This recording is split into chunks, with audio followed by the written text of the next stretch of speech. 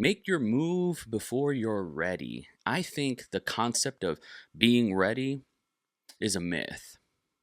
Now you can prepare, but you can over prepare where it paralyzes you and you never take action. You can prepare, you have to prepare. You have to over prepare and go with the flow, but you have to go. I'm not trying to rhyme. Make your move before you're ready. It's so important. That's what I'm doing with this podcast. I'm never ready. I'm never in the right state of mind. It's never what I want to do in that moment. I have so much resistance just weighing on me like it's a sack of bricks. Like I just can't do it sometimes. But I make my move before I'm ready. I do it with this pod every single day, brother. I just do it because the idea of perfection paralyzes me. I want to have an intro and an outro, and I want to have title cards, and I want to have lower thirds, and I want to have B-roll, and I want to do all kinds of things. But if I really tried to do that every day, I would hate to do this. It would just become about the bullshit. And I think it makes the video 10% better. But let's get it to 90 and call it a day. Make your move before you're ready. So if you're waiting for the perfect moment, it's just going to pass you by. That leads, at least for me, to inaction. It leads to entropy. Oh, now I sound like that cocksucker Dan Coe. Which, by the way, if you want me to make a video in the future about Dan Coe, let me know in the comments below. If I get one comment, I'll do it. Because I kind of think he's a bit of a, maybe not a fraud, but a bit of a fluffy blowhard. Anywho, that's a video for another day. That's a bit punching up if I'm being honest, and we'll see if I actually do that. But there are dangers of trying to reach perfection. This thing has to be perfect. But I think that paralyzes progress, and this is just about learning through doing. Learning through experience rather than theoretical knowledge. Man, I have notebooks filled up of plans.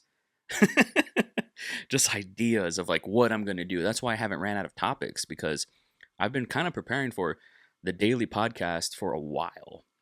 I've been preparing for this for a while. And by the way, my name is Knives Monroe. If this is your first time watching, what's up? Thank you so much for joining in. I appreciate it.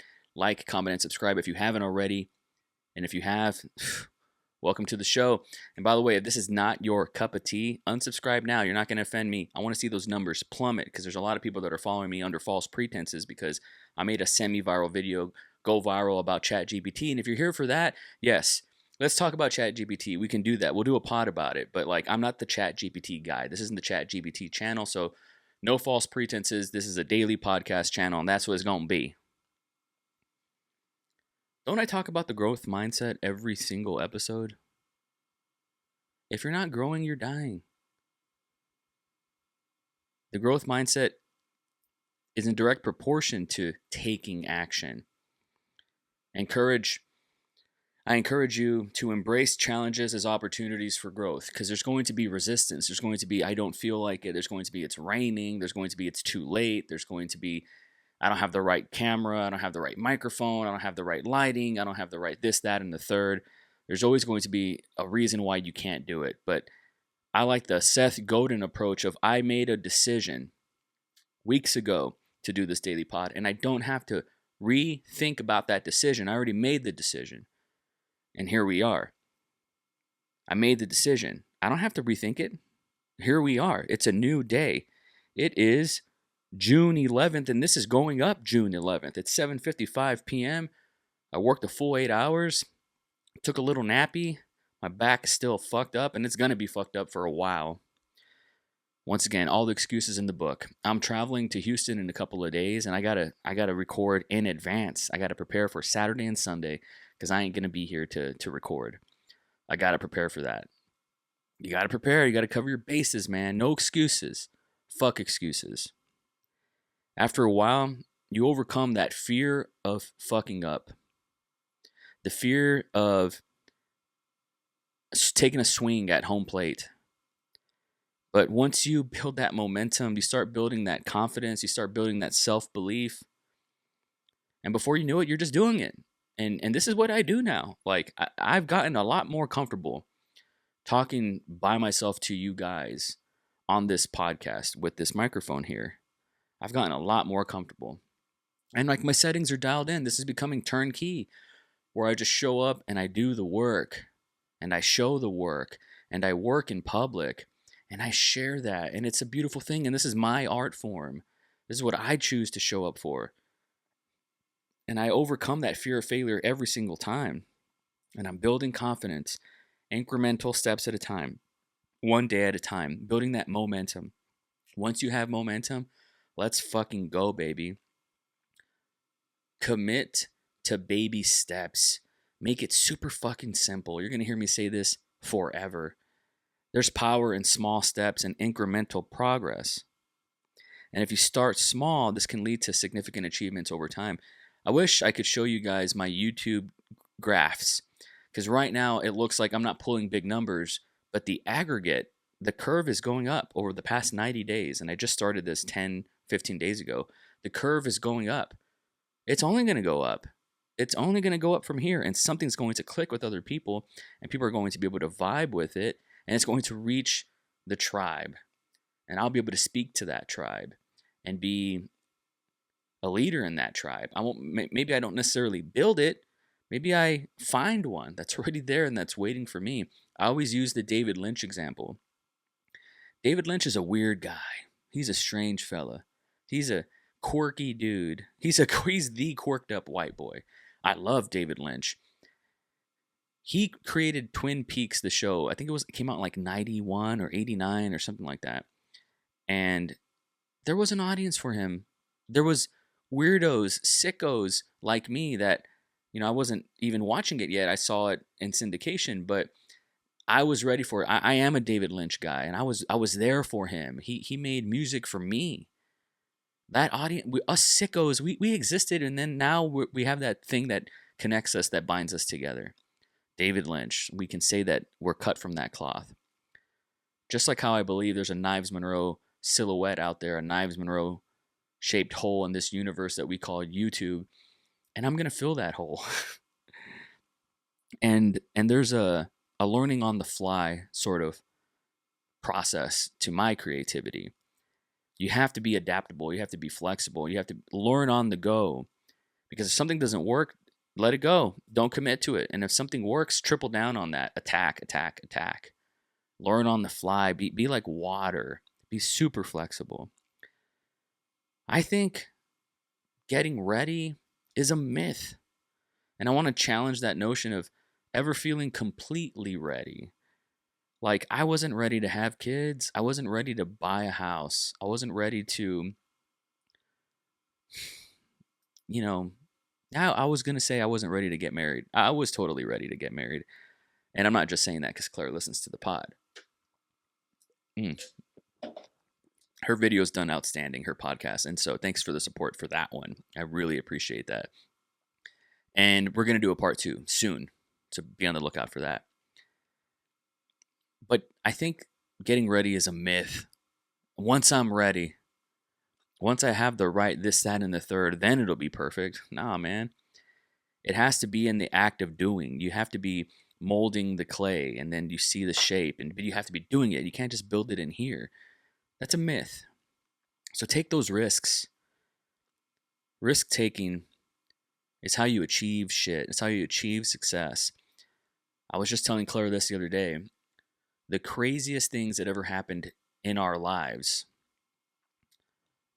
was because of a crazy risk. Something that had a ton of resistance, something that was terrifying in the beginning. I'll give you an example. Moving to Austin, Texas, back to Austin in 2016. Shout out to Oscar if you're listening to this. Thank you, because I could not have done it without you. I lived with him for 3 months. I saved up some cash and sold my vehicle and brought my family over here. I didn't see my family for 3 months. It was brutal. 2016 was brutal. 2016 was brutal. That section, anyways. But leaving the Rio Grande Valley and moving to Austin, Texas paid off. That was such a risk. Starting a family, such a risk. And now my oldest has graduated high school. And he's a little man.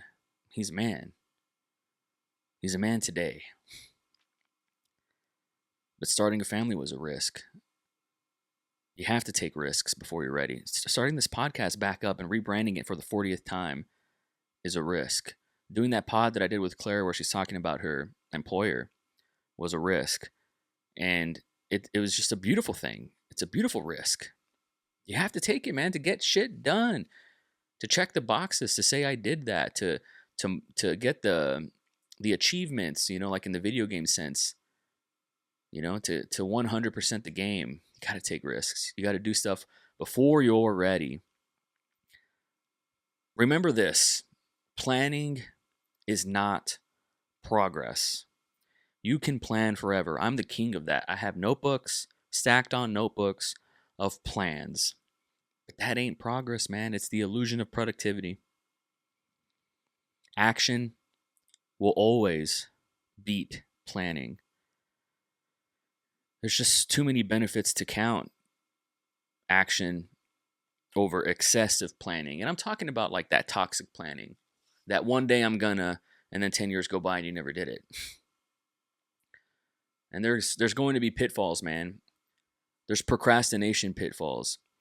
There's the inevitability of uncertainty. Oh, I don't know what's going to happen.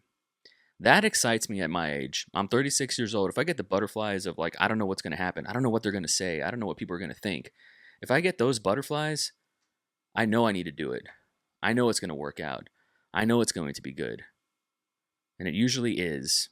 I am grateful for the butterflies today. I'm grateful for uncertainty because it's the unknown.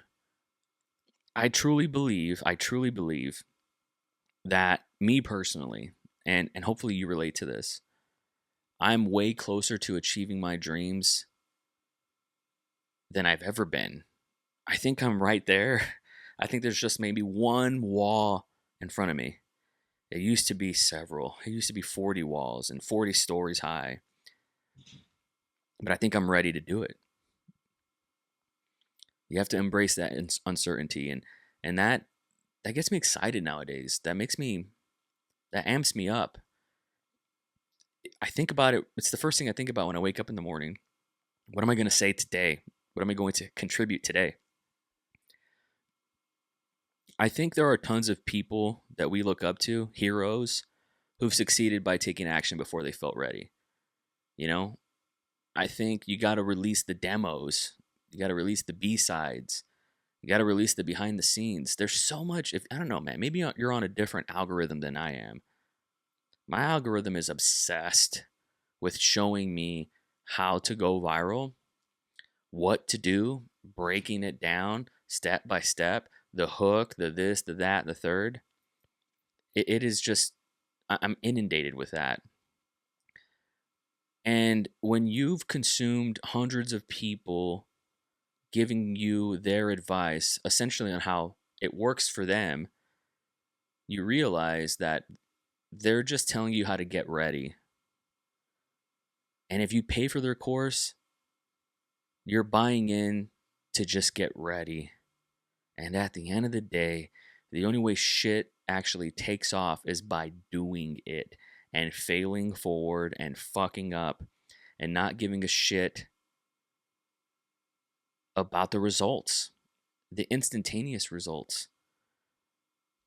I'm going to talk about this in the future. I'll write this down. But I paid $5,000 last year when I did not have that money for a course for information that was essentially semi-gate kept, but it was readily available if you can composite it together, if you're smart enough. But at the end of the day, I had to do the work. I had to fucking hustle and do the work and make connections and make deals so I could prove the course correct. Now, I'm not saying I'll never make a course. I'm not saying that. Maybe I will. But I want to stress that it's what works for me. It might not work for you because you have to do the work at the end of the day. And this is how we empower ourselves. I've made the best lessons I've ever learned and like gone up in levels is from my fuck ups.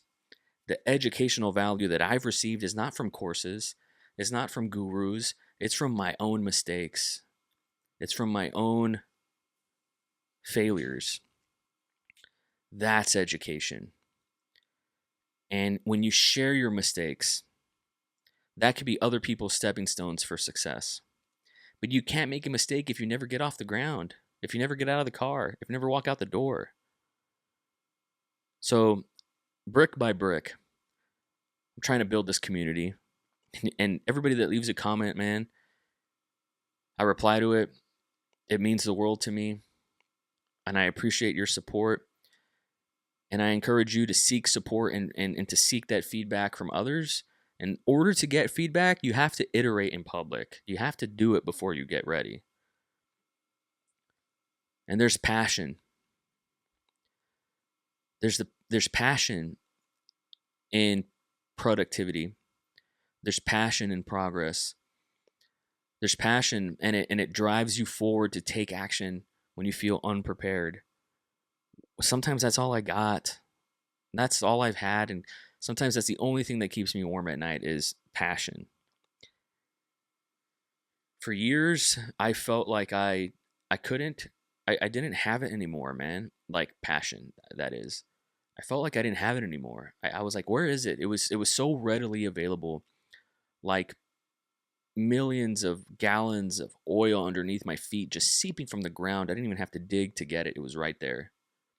And then something happened where I was digging, and I couldn't find that oil anymore. Where did it go? I don't know where it went. I kind of had a Spider-Man 2 moment where I lost my powers there. But I had them all along. And I feel just as passionate as ever at 36. And it fuels me when I'm unprepared, when I'm not ready. Do it anyways. You're going to look at two people, the guy who's preparing and the guy who's just doing it. The guy who's reading books about running a marathon and buying the shoes and stretching, and then the guy who's just putting in the miles. Who's going to run further? Who's going to be more prepared? Time is finite. Time is a limited resource, and waiting wastes it. Waiting. Fuck, man. The years I've wasted waiting. Thinking I was planning, thinking I was plotting, thinking I was studying. Time is finite, man. I'm 36. I don't know how many more trips around the sun I got in me. I hope I live to be 80. That'd be sick. I'm still going to be doing this when I'm 80. I still want to be doing this when I'm 80. But I'm not going to be wasting that time waiting. I think that getting ready is a myth. I believe you have to make your move before you're ready. Time is finite. Seek that community, seek that support, hold on to your passion, learn from your fuck ups, and encourage yourself. Embrace uncertainty. Action beats planning every single time. Planning isn't progress. And make your move. Do it now. Do it now, right now. If you're listening to this, stop listening and make your move. That thing that you've always wanted to do, just start. Please, can you do that for yourself? Because if you wait, I don't know what you're doing. We're going to die.